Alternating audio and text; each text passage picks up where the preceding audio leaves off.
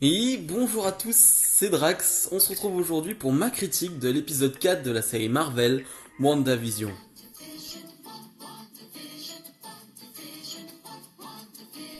Un épisode 3 qui s'est terminé avec un gros cliffhanger, une Monica Rambeau alias Géraldine qui avait été expulsée par Wanda de son monde. On l'a vu passer à travers un champ magnétique et ensuite récupérée par des agents du SWORD. Donc on pouvait se douter un peu de ce qui allait se passer dans cet épisode 4. Un épisode 4 où pour la première moitié on va avoir le point de vue de Monica Rambeau. On se retrouve après le claquement de doigts de Thanos.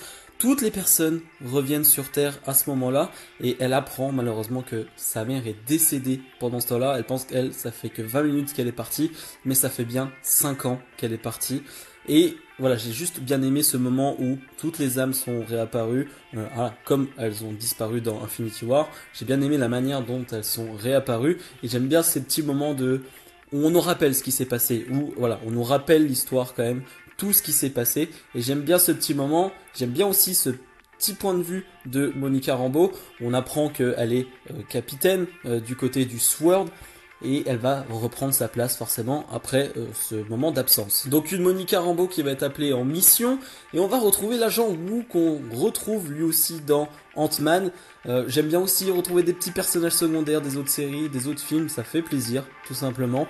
Voilà, il y a quelque chose de bizarre qui se passe, il y a quelque chose avec un champ magnétique. Elle va se servir d'un drone hélicoptère et c'est là aussi qu'on va voir les petites subtilités qu'il y a eu dans les premiers épisodes où on avait vu Wanda retrouver un hélicoptère rouge avec un logo du SWORD et en fait c'était tout simplement le drone. Voilà, on a des petites réponses, même des grosses réponses dans cet épisode, on a quasiment toutes les réponses. Et ça fait plaisir, tout simplement. Le SWORD, donc, qui va enquêter, qui va vouloir essayer d'enquêter sur ce qui se passe. Une Monica Rambeau qui va être aspirée dans ce monde. Et c'est pour ça qu'on va la retrouver avec Wanda dans les épisodes qu'on a vus. Et on va retrouver aussi Darcy de Thor, voilà, celle qui était une assistante de Jane et qui est astrophysicienne. Du coup, elle va aider le SWORD et le FBI. Là aussi, on retrouve un personnage secondaire que j'appréciais beaucoup dans Thor, qu'on n'a pas revu depuis Thor 2, hein, comme à l'image de Jane, tout simplement. Et donc voilà, elle va essayer d'enquêter du côté de ce qui se passe dans ce sorte de dôme, où il y a ce champ magnétique.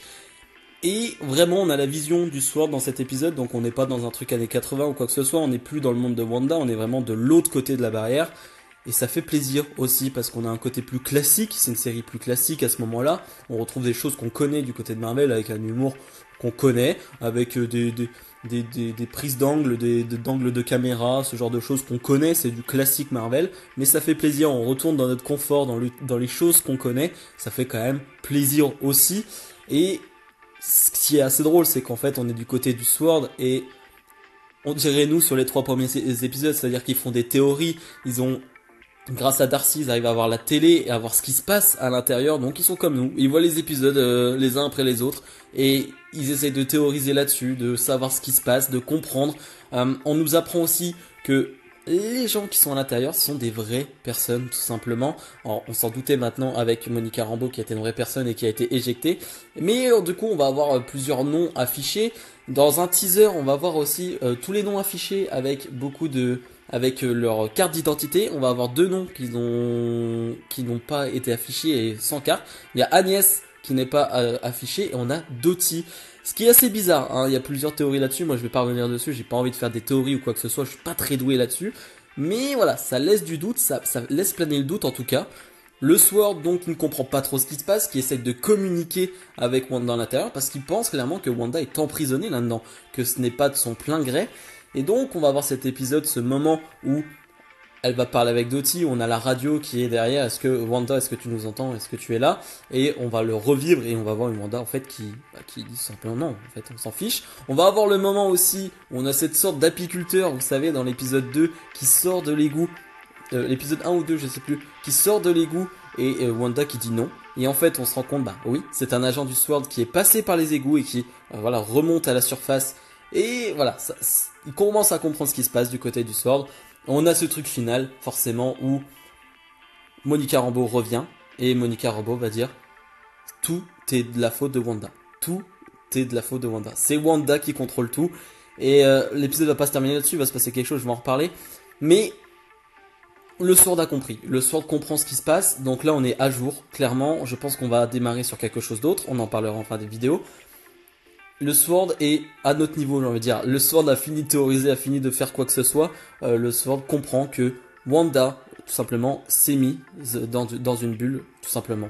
Petit élément du coup de fin, où Wanda qui a écarté Monica Rambeau avec ses pouvoirs, hein, première fois qu'on voit ses pouvoirs de cette manière-là dans la saison, et une Wanda qui va voir Vision, qui va rentrer dans la maison, et un Vision qui va être sans couleur, hein, comme s'il était mort, comme dans Infinity War, avec le crâne un peu cassé, avec la pierre en moins, comme quand Thanos lui a enlevé. Elle va avoir une vision d'horreur pendant quelques secondes, et ça va repartir. Vision va être de nouveau normal et vivant.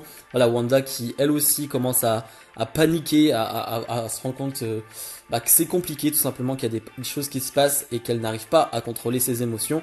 Voilà, vraiment l'épisode se termine là-dessus. Donc en gros, j'ai bien aimé cet épisode, vraiment. On retourne sur du classique Marvel, mais j'aime ça. Fallait qu'on y retourne à un moment donné. On va peut-être avoir des épisodes plus classiques maintenant. On va peut-être avoir des épisodes où on va avoir les deux points de vue, parce que là c'est vrai qu'on est passé un épisode du point de vue du Sword, et ça fait plaisir aussi. J'aime pas trop d'habitude les épisodes qui, vous savez, dans les saisons, se focus sur un perso secondaire et oublie l'intrigue principale. Là, ce n'est pas le cas, on reste sur un perso secondaire entre guillemets, mais l'intrigue principale est là et ça fait avancer l'histoire. Donc franchement, ça m'a pas gêné cet épisode. J'ai hâte de voir la suite, forcément, parce que je me demande où ça va aller, qui sont ces deux personnes là où on n'a pas de nom et pourquoi elles sont là, comment Wanda va réagir à tout ça, parce qu'elle comprend ce qui se passe, je pense à ce moment-là, elle comprend vraiment ce qui se passe. Donc voilà, j'ai hâte de voir la suite, j'ai hâte d'être à la semaine prochaine. Donc nous, on se retrouve dès la semaine prochaine. N'hésitez pas, comme d'habitude, à mettre le petit pouce bleu, à commenter, à me donner votre avis sur cet épisode et à vous abonner aussi. Donc je vous dis à la semaine prochaine. Salut, salut.